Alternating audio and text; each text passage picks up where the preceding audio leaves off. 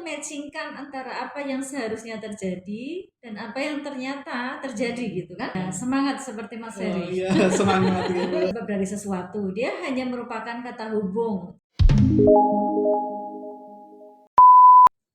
Assalamualaikum warahmatullahi wabarakatuh. Selamat pagi teman-teman semuanya. Kembali lagi di acara POSA Podcast Sosiologi Agama.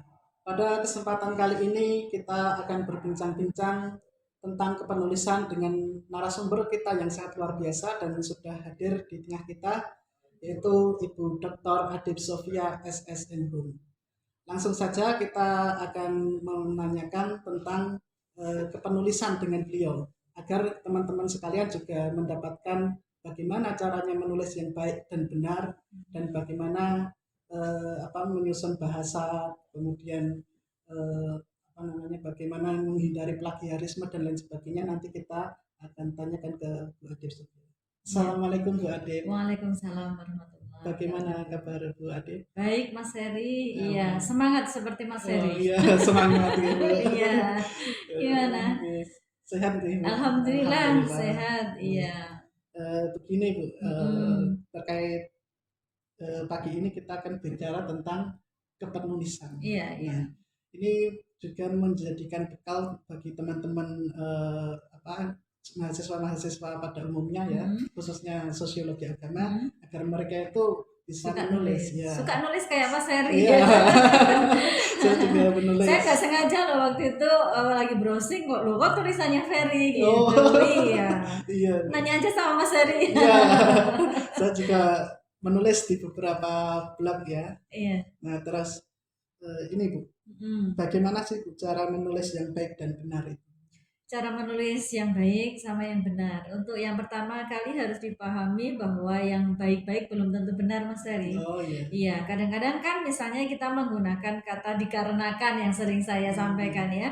Dikarenakan itu kan sebetulnya karena itu adalah sebab-sebab dari sesuatu. Dia hanya merupakan kata hubung, tetapi seringkali orang mengatakan menambahkan di kan ya, di kan seperti halnya kata kerja, padahal itu bukan kata kerja. Maka dikarenakan kan nggak ada pasangannya mengarenakan ya, sehingga sebetulnya dalam surat-surat izin misalnya itu kan akan terasa sangat baik gitu ya, akan terasa sangat sopan kalau hari ini saya tidak masuk dikarenakan sakit, sama kata-kata hari ini saya tidak masuk karena sakit. Nah, orang kadang-kadang merasa lebih sopan menggunakan dikarenakan, padahal itu salah karena bukan kata kerja. Maka nggak ada mengarenakan juga. Kalau ada mengarenakan pastinya sudah benar, misalnya diminta meminta kan pasti ada pasangannya, tapi dikarenakan nggak pernah ada pasangannya, memang karena itu tidak benar walaupun itu baik, seperti itu. Nah caranya bagaimana untuk menyebut baik sama benar? Baiknya itu adalah efektivitas, Mas. Jadi apa yang dipikirkan oleh orang yang menulis itu cepat nyampe ke pemikiran orang yang membaca, itu pasti dikatakan sebagai tulisannya baik atau efektif gitu. Sedangkan benarnya tentu sesuai dengan kaidah, karena yang namanya bahasa sudah dikonstruksi sedemikian rupa supaya ada sistemnya. Sistem itu diciptakan karena untuk bisa dipelajari orang lain. Kalau kita semau gue, maka orang lain dari bahasa lain akan nggak bisa belajar atau sistemnya bagaimana kan nggak bisa, sehingga diperlukan ketaatan terhadap berbahasa itu. Gitu Mas Ferry. Lalu ini Bu, kan kaitannya dengan anak-anak yang baru masuk kuliah nih. Mereka kan mendapatkan pelajaran bahasa Indonesia dari sebelumnya sebelumnya dan itu ternyata mereka tidak matang gitu Bu, untuk bekal tadi EZD-nya gitu. Nah, itu bagaimana itu? Oke. Tadi Mas Ferry bilang anak-anak ya. Ini bahasa gaul aja. Sedangkan yang namanya pembelajaran di perguruan tinggi sudah bukan lagi pedagogi atau pembelajaran anak-anak seperti di SD, SMP, SMA ya. Kalau orang sudah masuk di kampus, pelajarannya itu andragogi. Andragogi itu pembelajaran orang dewasa. Jadi kepada mereka kita nggak bisa ngasih ini loh ejaan yang sekarang namanya adalah PUEB, pedoman umum ejaan yang disempurnakan, yaitu ini udah nggak bisa. Maka lebih banyak diajak praktik saja ya. Itu juga yang membuat seseorang itu kadang gagu di dalam menulis ya, kadang nggak merasa terbiasa. Karena menulis itu sebetulnya adalah keterampilan Mas Heri. Mas Heri bisa nulis kan dari yang kecil-kecil nulis, pembiasaan nulis gitu kan Iya, Mas. Bu. Nggak bisa langsung ujuk-ujuk menulis, langsung celing bisa menulis gitu Iya. kan nggak bisa. Nah, karena keterampilan maka harus diasah terus. Seperti halnya berenang ya, apa harus dilatih dengan cara berenang. Orang bisa berenang karena berenang. Orang bisa apa nyetir mobil karena memang terbiasa nyetir mobil kan gitu. Harus selalu dibiasakan. Menulis juga begitu Mas Dari. Jadi kenapa kemudian kadang-kadang dari itu pendidikan sebelumnya SD, SMP, SMA sudah banyak yang diketahui tapi kok belum bisa nulis karena pemahamannya lebih banyak tetapi praktiknya kurang. Nah, yang seperti Mas Ferry ini perlu diperbanyak, diduplikat biar ada Ferry yang lain yang pinter nulis gitu. Lalu apa sih Bu keuntungan dari kita menulis itu gitu?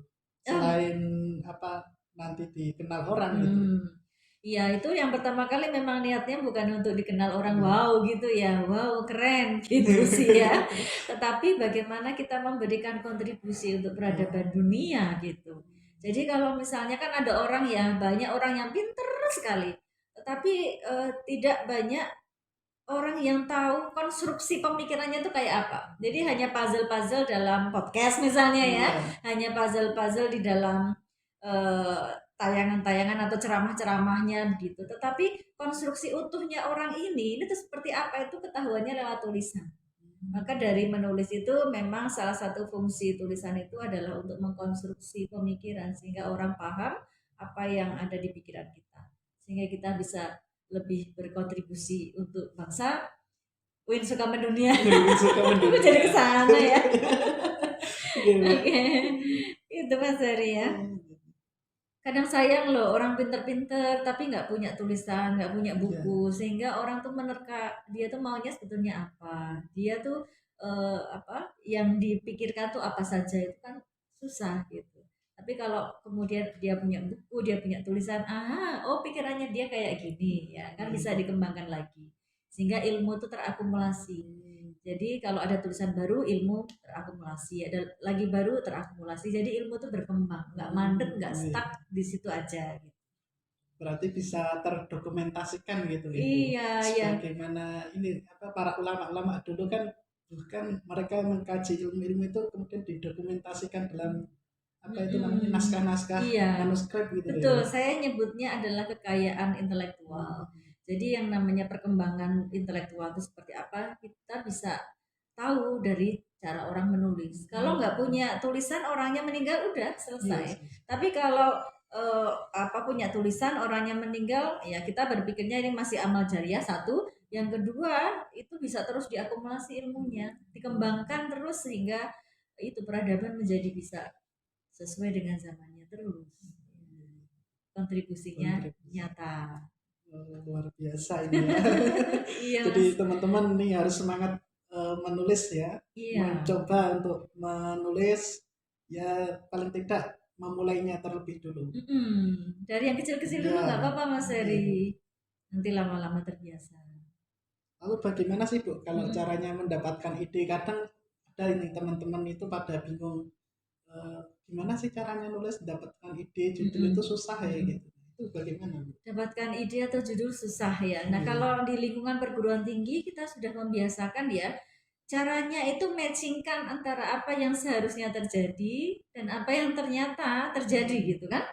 Anda berpikir idealnya seperti apa, ternyata ini enggak ideal misalnya gitu ya. Kan memang membutuhkan perenungan, memang membutuhkan pembiasaan gitu, tapi modalnya adalah apa yang seharusnya terjadi ya, ternyata nggak terjadi, udah itu jadi bahan nulis. Itu yang membuat kita terasa ya. Memang yang di sini sering saya katakan otak ini juga seperti pisau. Kalau terus-menerus diasah dengan baca buku, terus-menerus diasah dengan ikut seminar, nonton podcast yang mencerdaskan, kan banyak juga podcast yang nggak mencerdaskan, nice ya. Ini yang punya mahasiswa SA pasti keren banget nih. Salah satu bentuk dari mengasah pisau ini, nah kalau pisaunya itu tajam, maka fenomena apapun yang lewat di depan kita itu akan ketangkap sebagai sebuah masalah. Tapi kalau pisaunya itu tumpul, apa yang lewat nggak ada masalah, dunia kayaknya baik-baik aja, nggak ada bahan nulis. Ya, jadi itu ketajaman otak, ketajaman intelektual itu memang harus terus dipelihara.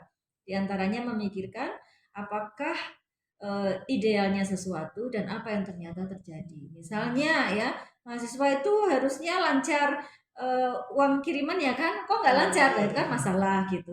Itu gambaran pendeknya bahwa masalah itu sebetulnya ada. Seharusnya bangun tidur kita sholat dong gitu kan, namanya hamba Allah itu memang hanya untuk beribadah tugasnya, tapi kok pengen tidur lagi, ya itu pasti ada masalah kan gitu kan mudahnya. Nah sekarang kita berpikir ke yang lebih kompleks lagi, misalnya seharusnya bantuan-bantuan dari mana-mana itu disampaikan kepada masyarakat secara adil misalnya ya, kok di tempat saya bantuan-bantuan itu malah disuruh didapatkan oleh orang-orang yang mampu ya, ya kan berarti apa yang seharusnya terjadi sama apa yang ternyata terjadi nggak match, ya udah di situ ditulis.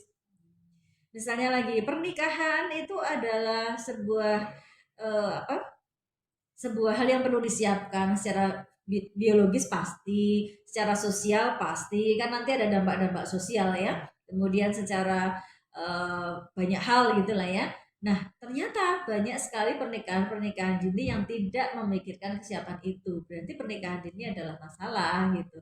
Jadi teman-teman pandai-pandai merenungkan apa yang seharusnya terjadi dan apa yang ternyata terjadi, atau dalam bahasa intelektualnya dazolan dengan dasein ya, atau dalam bahasa anak gaulnya harapan dengan kenyataan, ekspektasi dengan realitas. Nah itu aja, merenungkan itu aja, seharusnya airnya ngalir kok enggak, itu kan masalah gitu. Itu aja ketemu dalam satu hari mungkin ada puluhan masalah yang bakal ditemukan kalau memang biasa merenungkan hal itu ya, gitu Mas Ferry. Kemudian jenis-jenis tulisan itu kan ada yang fiksi, ada yang non fiksi itu. Nah, kan kadang-kala ada teman-teman tuh yang sudah jago nulis, tetapi dia itu bisanya yang fiksi-fiksi terus, yang non fiksi terus. Nah, ini terus gimana Bu untuk bisa bisa lancar keduanya gitu? Oh, lancar keduanya. Iya, karena biar kayak Pak Kunto itu kan, Pak Kunto itu luar biasa, dia mampu dua-duanya.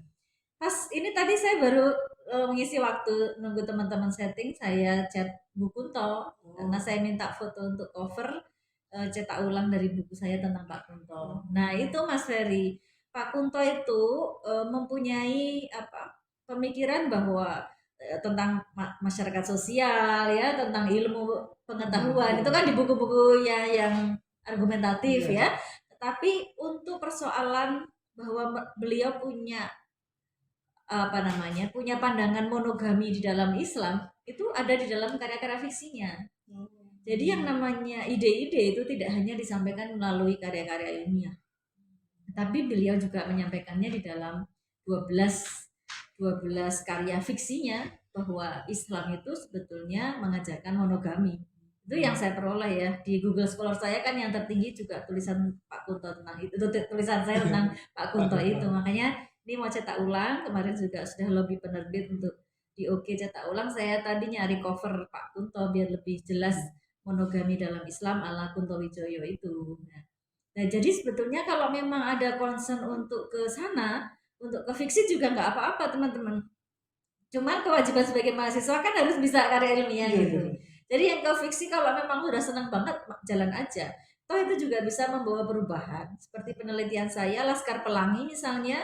Laskar Pelangi itu kan fiksi, tapi mampu mengubah masyarakat yang tadinya penerbangan itu ke Bangka Belitung hanya seminggu 2 kali, jadi sehari 14 kali misalnya. Itu kan suatu hal yang luar biasa dari efek fiksi. Dari yang jalannya kecil ke bandara jadi lebar sekali. Dari yang masyarakatnya sektor pariwisatanya lesum jadi meningkat. Nah itu hanya dari sebuah fiksi. Teman-teman juga bisa. Itu dipelihara nggak apa-apa. Pak Kunto tadi juga adalah sebuah contoh.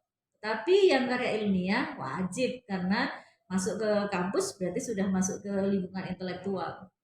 Caranya gimana? Caranya pelajari masing-masing style gitu. Untuk karya ilmiah stylenya itu argumentatif. Argumentasi itu yang seringkali nggak didapat pada saat orang nulis makalah, Mas. Makalah seringkali kesalahannya adalah ngambil dari buku-buku, terus digoreng jadi satu, udah hasilnya kayak ringkasan dari mana-mana. Iya kan? Gorengan dari mana-mana. Itu salah banget gitu. Ya, seharusnya adalah tadi dari merenungkan apa yang seharusnya terjadi dan apa yang ternyata terjadi. Lalu memikirkan argumennya.